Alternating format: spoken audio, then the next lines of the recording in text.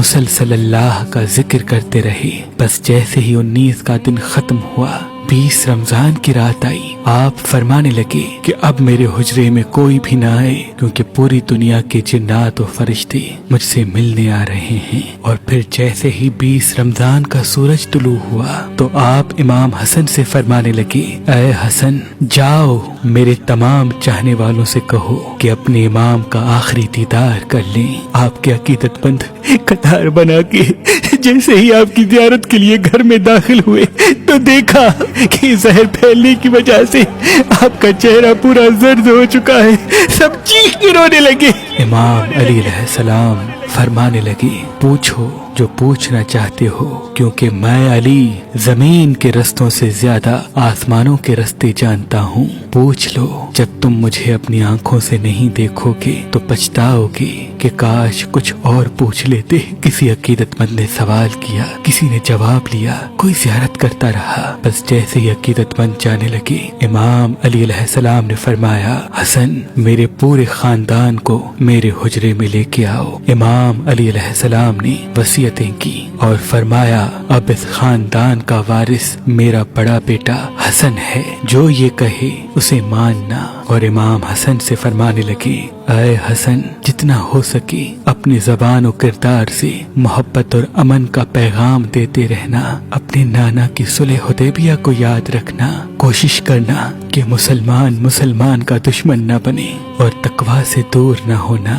اگر دنیا تمہارے قریب آئے بھی تب بھی اس سے دل نہ لگانا۔ دنیاوی چیز نہ ملنے پر کبھی افسوس نہ کرنا، ہمیشہ حق بات کہنا، مظلوم کی مدد کرتے رہنا۔ حسن، حسین، جہاں تک ہو سکے میرے اس پیغام کو ہر ایک تک پہنچانا کہ اپنے کام ذمہ داری سے کرتے رہیں اور اپنے درمیان تعلقات کو اچھا بنائے رکھیں، کیونکہ میں نے تمہارے نانا حضرت محمد مصطفیٰ صلی اللہ علیہ وآلہ وسلم سے سنا ہے کہ لوگوں کے بیچ میں صلح کروانا ہزاروں سالوں کے روزہ نماز سے بہتر ہے، اور یتیموں کے بارے میں اللہ سے ڈرتے رہنا کہ کبھی وہ بھوکے نہ رہیں، اور پڑوس میں رہنے والوں کا خیال رکھنا، کیونکہ اللہ کے رسول پڑوسیوں کے بارے میں بار بار اتنی نصیحت کرتے کہ لوگ سمجھنے لگتے کہ شاید اللہ کے محبوب ان کو ہمارا وارث بھی بنانے والے ہیں، اور قرآن کو سمجھنے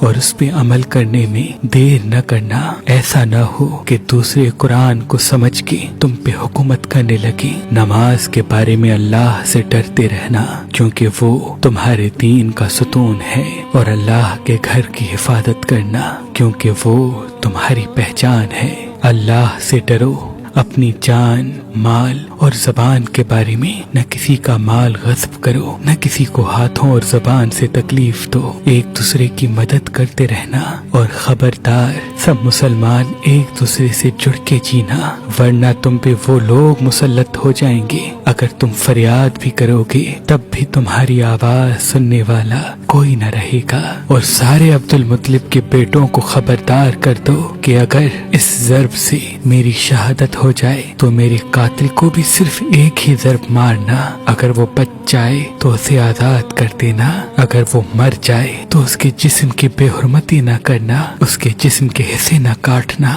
کیونکہ میں نے اللہ کے رسول سے سنا کہ زمین کا بدترین عمل یہ ہے کہ کسی مرے ہوئے کے اعضائے جسم کاٹے جائیں، چاہے وہ پاگل کتا ہی کیوں نہ ہو۔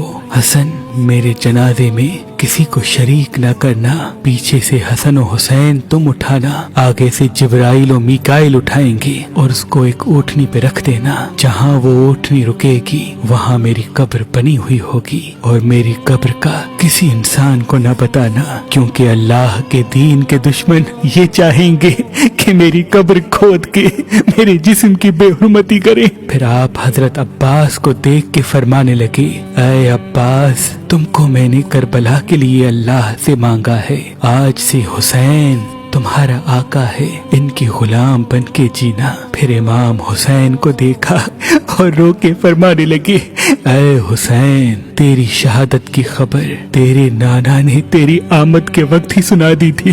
تجھے 3 دن کا بھوکا پیاسا کر کے کربلا کے میدان میں شہید کیا جائے گا، تیرے بچوں کو ساتھیوں کو بے دردی سے مارا جائے گا۔ حسین، تیری شہادت کے بعد میری بیٹیوں کو، تیری بہنوں کو رسیوں میں قید کر کے اسی کوفہ و شام میں پھرایا جائے گا۔ حسین، اللہ کے دین کے لیے صبر کرنا، اور جب وقت آخر آئے تو اپنی بہنوں اور بیٹیوں سے نصیحت کرنا کہ اسلام کے لیے صبر کرتے رہیں اور قدم قدم پہ یہ گواہی دیتے رہیں کہ اللہ کے سوا کوئی عبادت کے لائق نہیں، اور ان کا نانا حضرت محمد مصطفیٰ صلی اللہ علیہ وآلہ وسلم اللہ کے رسول ہیں۔ بس اتنی دیر میں آپ فرمانے لگے، سلام یا رسول اللہ۔ سارا خاندان چیخ کے رونے لگا اور کہنے لگا، اے ہمارے مولا، کیا ہمارے درمیان اللہ کے رسول موجود ہیں؟ امام علی علیہ السلام نے مسکرا کے فرمایا، ہاں، اللہ کے محبوب اور تمہاری ماں فاطمۃ الزہرا سلام اللہ علیہا مجھے لینے آئے ہیں۔ بس پورا گھر زار و قطار رونے لگا، اور یوں امام علی علیہ السلام نے اپنی آنکھیں بند کر لی۔ آپ کی وصیت پہ عمل کرتے ہوئے آپ کے جنازے میں کسی کو بھی شریک نہیں کیا گیا۔ پیچھے سے حسن و حسین نے اٹھایا تو آگے سے وہ جنازہ خود بخود اٹھنے لگا، اور ایک نورانی اونٹنی ظاہر ہوئی، جنازے کو اس پر رکھا اور وہ کوفے سے باہر چلتی گئی۔ ایک ویران جگہ پہ جا رکی جہاں ایک چمکدار پتھر تھا۔ جیسے ہی امام حسن حسین نے اس پتھر کو ہٹایا تو اس پتھر کے نیچے ایک قبر بنی ہوئی تھی، اور اس پہ لکھا ہوا تھا کہ یہ قبر اللہ کے نبی نوح نجی اللہ نے بنائی ہے، اللہ کے ولی علی ابن ابی طالب علیہ السلام کے لیے۔